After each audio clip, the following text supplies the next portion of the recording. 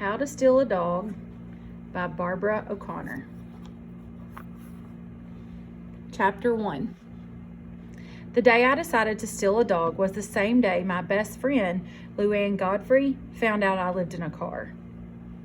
I had told Mama she would find out sooner or later, seeing as how she's so nosy and all. But Mama had rolled her eyes and said, "Just get on up there to the bus stop, Georgina, and quit your whining." So that's what I did. I stood up there at the bus stop, pretending like I still lived in apartment 3B. I pretended like I didn't have mustard on my shirt from the day before. I pretended like I hadn't washed my hair in the bathroom of the Texaco gas station that very morning. And I pretended like my daddy hadn't just waltzed off and left us like nothing but 3 rolls of quarters and a mayonnaise jar full of wadded up dollar bills. I guess I'm pretty good at pretending. My brother Toby, however, is not so good at pretending.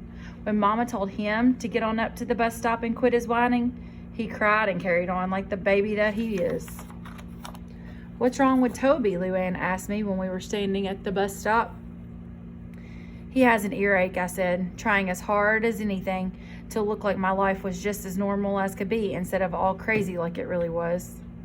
When I saw Luann's eyes narrow and her lips squeezed together, I knew her nosiness was about to irritate me. "Sure enough," she said. "Then how come your mama is making him go to school?" She kept looking at me with that squinty-eyed look of hers, but I didn't let on that I was irritated. I just shrugged and hoped she would hush up about Toby. She did, but then she went and turned her nosy self loose on me. "No offense, Georgina," she said, "but you're starting to look kind of unkept." Unkept? That was her mama talking if I'd ever heard it. Luann would have never said that word unkept if she hadn't heard her mama say it first. And what was I supposed to say to that anyways? Was I supposed to say, "Well, for your information, Luann Godfrey, it's kind of hard to keep your clothes looking nice when you've been sleeping in the back seat of a Chevrolet for a week"?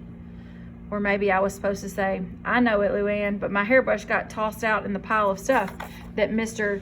Dieter left on the sidewalk when he kicked us out of our apartment." And then Luann would say, "Why'd Mr. Dieter do that?" And then I would say, "'Cause 3 rolls of quarters and a mayonnaise jar full of wadded up dollar bills doesn't pay the rent, Luann." But I didn't say anything. I acted like I hadn't heard the word unkept. I just climbed on the bus and sat in the 6th seat on the left with Luann, like I always did. I knew Luann wouldn't give up, though. I knew she'd keep on till she found out the truth. "What if she wants to come over?" I said to Mama. "Or what if she looks in the window or something and finds out we don't live there anymore?" But Mama just flapped her hand at me and closed her eyes to let me know how tired she was from working 2 jobs. So every day I imagined Luann peeking in the kitchen window of apartment 3B. When she did, of course, she wouldn't see me and Toby and Mama and Daddy eating our dinner and being happy. She'd see some other family, some happy family that wasn't all broken up like mine. And then one day when we got off the school bus, Luann went and did the nosiest thing I could imagine. She followed me. I was trying to catch up with Toby because he had grabbed a car key and run on ahead of me, so I didn't even notice her sneaking along behind me. She followed me all the way past apartment B, across the street, and clear on around the back of Eckerd Drugstore where our car was parked with laundry hanging out the windows and Toby sitting on a milk crate waiting for me.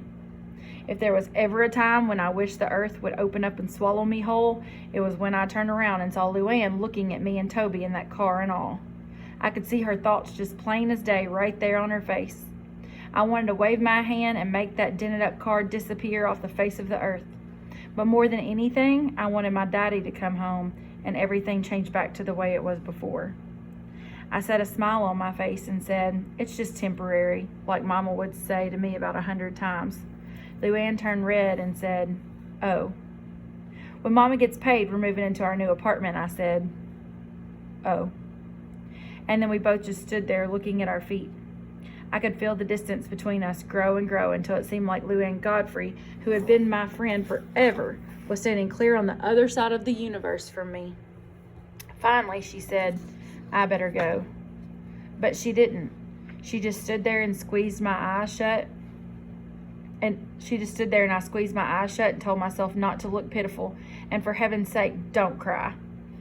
Then, of course, Toby had to go and make everything worse by saying, Mama left a note that she's working late, so we're supposed to eat that macaroni that's in the cooler. Luann arched her eyebrows up and said, I haven't seen your daddy in a long time. That did it. I couldn't stop the tears from spilling out of my squeezed up eyes. I sat down right there in the drugstore parking lot and told Luann everything. I felt her arm around me, and I heard her saying something, but I was too lost in my misery to do anything but cry. When I was all cried out, I stood up, brushed the dirt off the seats of my pants, pushed the hair out of my eyes, and said, Promise you won't tell? Luann nodded. I promise.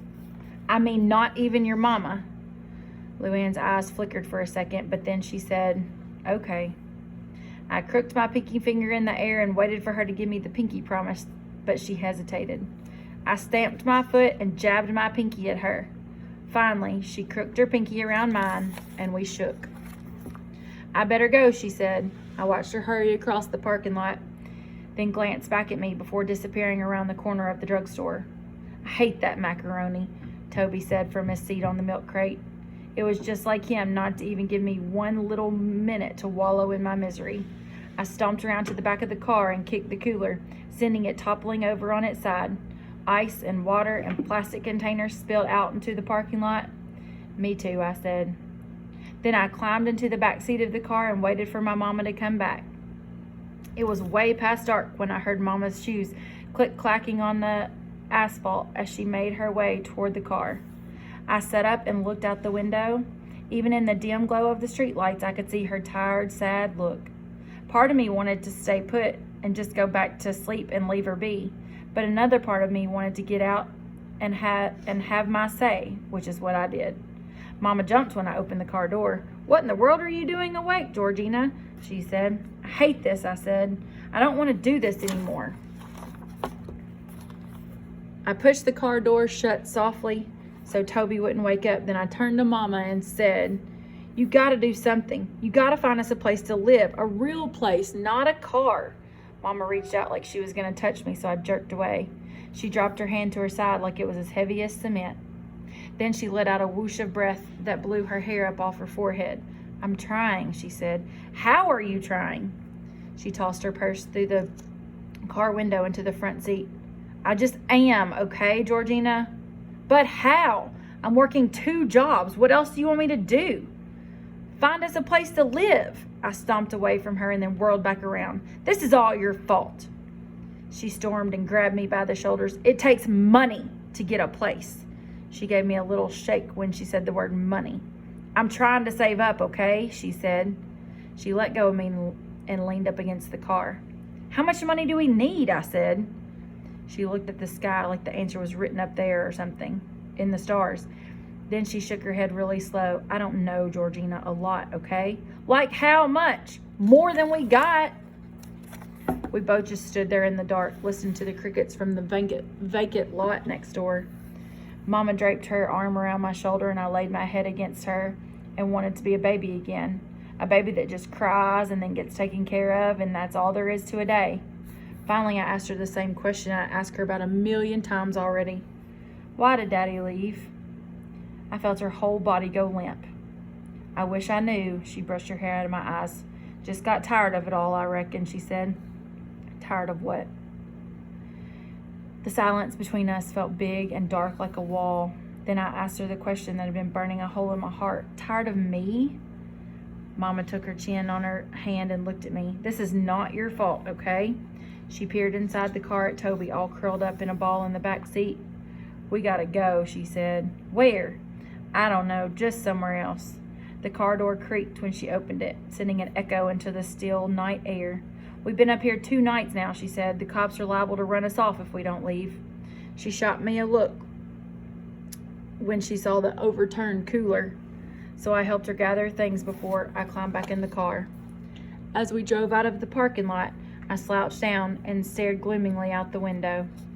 The empty shops we passed made Darby, North Carolina seem like a ghost town all locked up and dark. Mama pulled the car into the alley beside Bill's Auto Parts. When she shut the engine off, we got swallowed up in quiet. I draped a beach towel over the clothesline that Mama had strung along the middle of the car to make me a bedroom. I could picture Luann snuggled up in her pink and white quilt with her stuffed animals lined along the wall beside her and her gymnastics ribbons taped on her headboard. I felt sure sorry for myself. Then I curled up on the seat, turning every which way, trying to get comfortable. Finally, I settled on my back with my feet propped against the car and stared at the starry sky. Then I saw it, a sign tacked up on the telephone pole right outside the car door. A faded old sign that said, "Reward $500." And under that was a picture of a bug-eyed little dog and its tongue hanging out. And then under that it said, "Have you seen me? My name is Mitzi." $500? Who in the world would pay $500 for that little old dog? "Mama," I whispered through my beach towel wall. Mama rustled some in the front seat. "Would $500 be enough money to get a place to live?" I said. Mom sighed. "I suppose so, Georgina. Now go to sleep. You got school tomorrow." I looked up at Mitzi and my mind started churning.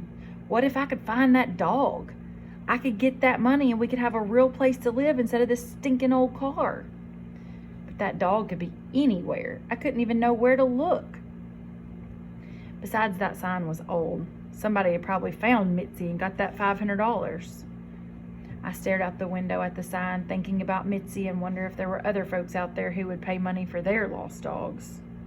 And that's when I got a thought that made me sit up so fast. Toby mumbled in his sleep and Mama hissed, "Shh." I folded my legs up and laid back down in my beach towel bedroom. The damp car seat smelled like greasy French fries and bug spray. I closed my eyes and smiled to myself. I had a plan. I was going to steal me a dog.